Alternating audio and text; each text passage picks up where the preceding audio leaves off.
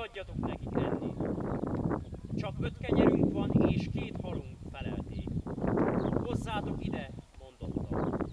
Meghagyta, hogy a nép telepedjék le a főre, aztán fogta az 5 kenyeret és a 2 halat, föltekintett az égre, és megáldotta azokat. Majd megtörte a kenyereket, és tanítványainak adta, a tanítványok pedig a népnek. Ettek mindnyájan, és jól laktak. A kenyérmaradékból még 12 kosárral szedtek